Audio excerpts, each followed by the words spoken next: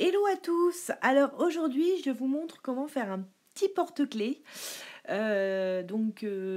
qui fait que mais qui sert aussi de range-clés et puis surtout qui évite que les badges d'alarme soient démagnétisés.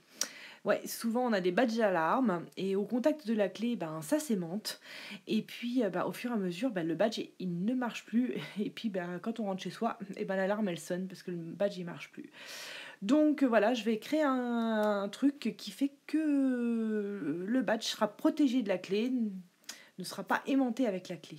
On a besoin donc de deux tissus de 18 x 12 cm, un molleton de 18 x 12 cm, 3 tissus de 3 x 20 cm et des boutons pression. Alors pour les tissus de 3 à 20 cm, c'est pour faire les lanières. Donc je vais faire un petit peu comme un... C'est comme un biais en fait, je vais retourner donc chaque côté. Alors ça demande un peu de finesse au niveau de la manipulation. C'est comme un biais, je vais retourner chaque bord de 3 mm et puis je vais replier le tout en deux. Et donc je pince. Je vais faire ces lanières, donc il y en a 3 lanières, c'est une pour tenir la clé, une pour tenir le badge et une qui servira de anse qu'on accrochera au porte-clés principal. Donc voilà, j'ai mes 3 lanières qui sont pincées et puis maintenant je vais coudre. Alors, je vais coudre donc à 1 mm, là il va falloir être très précis au niveau de la couture, à 1 mm du bord, là où c'est plié bien entendu. Alors ça sert à rien d'aller de prendre au bord, surtout que si vous commencez dès le début sur une lanière aussi fine, et ben dans la machine ça prendra pas, donc ça va s'embourber dans les petits rouleaux, donc du coup vous pouvez commencer après le début, surtout que là j'ai visé long avec 20 cm pour pouvoir couper en fait, pour pouvoir couper selon la longueur de la anse que je voudrais. Donc je ne vais pas commencer dès le début, mais là pour pouvoir ensuite maintenir avec mes doigts la petite cordelette derrière et que ça ne s'embobine pas avec la machine. J'ai cousu, une fois qu'on a cousu, donc on coupe le surplus. Voilà, j'ai cousu à 1 mm du bord, très près, pour avoir des anses toutes jolies. Et donc là, maintenant, je vais accrocher mes anses au premier support qui sera à l'intérieur donc de mon porte-clés range-clés. Alors je vais mettre le badge directement dans la anse, parce que je veux pas avoir un anneau, je veux que ce soit assez plat, donc du coup je veux pas avoir un anneau en plus. Ce porte-clés est pour mon fils, donc je sais que le badge d'alarme il s'en servira un petit peu moins. Il se servira surtout de sa clé. En général, on est là, donc il n'a pas à activer ou désactiver l'alarme. Donc, que le badge d'alarme soit bien protégé de la clé et qu'il ne se démagnétise pas, c'est mon souci principal. Et puis, donc voilà, je pose la anse. Alors, je vise juste. C'est pas grave, vous voyez si ça dépasse. C'est fait exprès. J'ai pris des cordelettes très grandes pour ensuite les accommoder comme je veux selon la longueur du badge ou la longueur de la clé. Donc là, la clé elle dépasse, donc du coup, forcément, je vais la mettre exactement où je veux. Je couperai ensuite ce qui dépasse donc de la anse selon ce que je veux. Donc vous voyez, j'ai visé vraiment très très large avec mes 20 cm de anse, sachant que j'avais coupé déjà après la couture.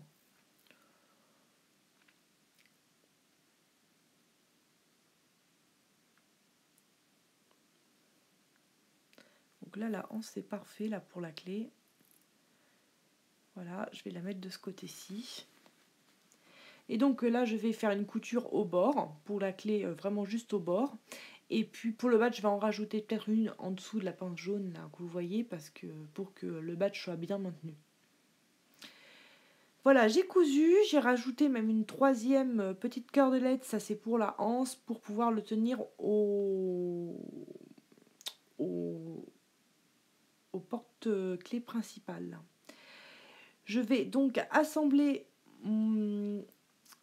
les tissus, alors toujours endroit contre endroit, et le molleton qui sera à l'intérieur, pour voilà, je le mets par-dessus.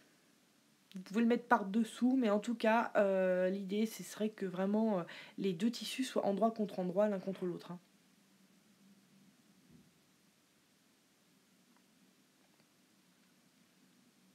Voilà, une fois que j'ai bien pincé, eh bien, je vais coudre les trois épaisseurs ensemble.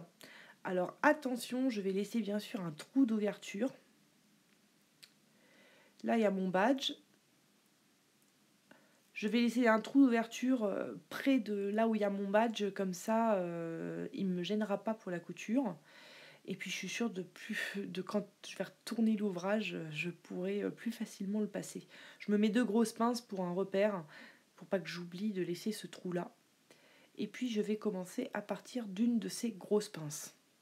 Je vais commencer à coudre à partir d'une de ces grosses pinces et donc faire le tour jusqu'à l'autre grosse pince.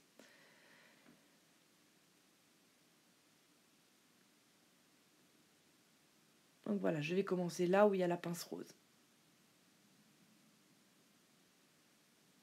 En point droit, hein, je vais commencer par un point d'arrêt, et puis voilà.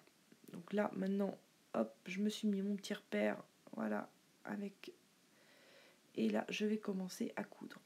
Hop, je laisse bien l'aiguille plantée pour faire... Quand j'arrive à un angle. Voilà, quand j'arrive à l'angle, hop, je laisse l'aiguille pointée, je lève, et hop, je recouds. Alors je couds à 5 mm du bord, comme ça je suis sûre de bien prendre les 3 épaisseurs au cas où elles ne s'alignent pas vraiment bien. Normalement ça s'aligne bien, mais bon, comme il y a le badge à l'intérieur et les bandelettes, c'est vrai que ça peut gondoler un petit peu. Et là, attention, je n'oublie pas de m'arrêter. Donc hop, point d'arrêt. Voilà. Et là, normalement, on est bon. Je pense que j'ai laissé suffisamment de place pour sortir. Donc je vais couper mes petits fils.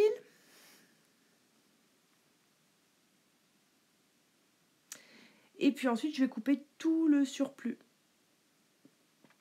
de tissu.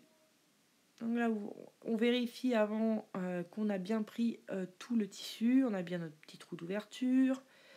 Voilà, on en vérifie de l'autre côté. Donc là, au niveau du molleton, c'est un peu juste. Mais bon, le molleton, en soi, c'est pas très très grave. Hein. Le molleton, c'est... voilà, s'il suit les tissus, il n'y a pas de problème. Il faut en tout cas que les deux tissus soient bien pris dans la couture. Le molleton, c'est pas très très grave. Ça permet juste qu'ils soient un peu maintenus droit, quoi, c'est tout.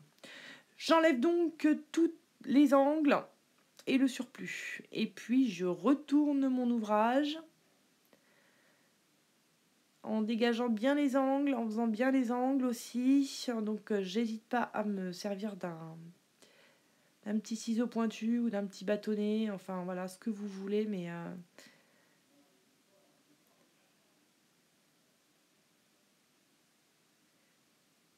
Voilà, et là je vais passer à la petite couture invisible pour refermer le dernier trou.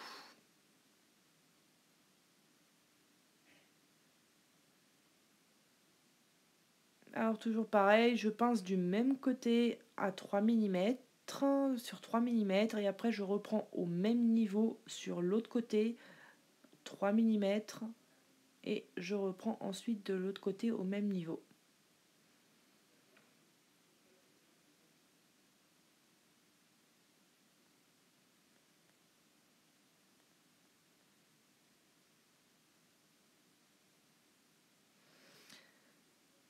Maintenant, voilà, là je me suis passé des aiguilles pour me servir de repère. Je vais pas faire des coutures en fait pour marquer en fait quand je vais replier mon porte-clés range-clés en 3.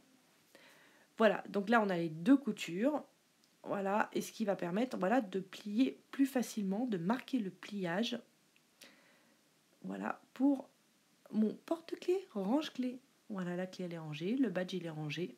Il ne reste plus donc à mettre des boutons pression. Bon, les boutons pression c'est un peu magique, hein, on peut en mettre un peu n'importe où.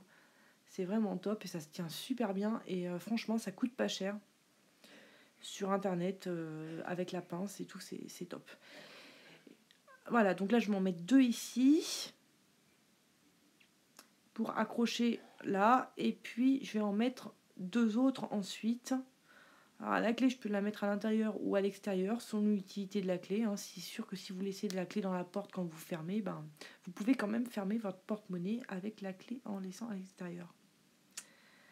Alors voilà comment on met des boutons pression. Je vais mettre mes 2 premiers boutons pression. Je vais faire déjà mes repères. Je vais voir où ça pince. Donc je mets le derrière. Vous voyez, j'ai bien disposé 4 tas parce que donc je vais en mettre pas mal quand même. Et dans chaque tas, vous avez donc deux derrière avec des pics. Et ensuite, vous avez la pression mâle et femelle. Mais jamais 2 femelles et un mâle parce que sinon ça rentrera pas, ça pourra pas clipser. Le tissu il est épais là, donc j'utilise un poinçon. Et là le plus dur c'est de passer vraiment le support de derrière avec le pic. Il faut que le pic il soit entièrement passé, hein, de l'autre côté. Donc là on commence à le voir, mais voilà. Et là je mets donc le mâle, hop, et avec la pince je vais donc serrer très fort. Faut avoir un petit peu de force. Mais par contre, franchement, quand c'est bien fait, voilà. Et donc là, vous voyez le pic qui était là, il est complètement écrasé. Il a été complètement écrasé par la pince. Donc maintenant, je prends mes repères pour savoir où c'est que je vais mettre donc le point femelle. Voilà, il faut que ça coïncide bien. Hop.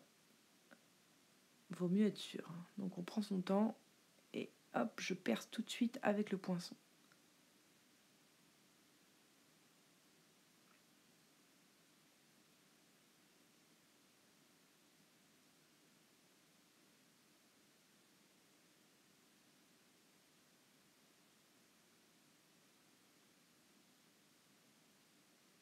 Bon, alors il faut noter que le tissu, autant le tissu qui est camouflé, il n'est pas très épais, donc il se transperce facilement. Mais alors le tissu qui est vert, voilà, c'est une toile en fait, donc il est super épais et c'est pour ça que j'ai vachement de mal à faire passer le pic de la pression. Mais et d'ailleurs même pendant la couture invisible à l'aiguille à la main, que j'ai faite à la main, c'est vrai que c'était très dur à transpercer. Donc du coup,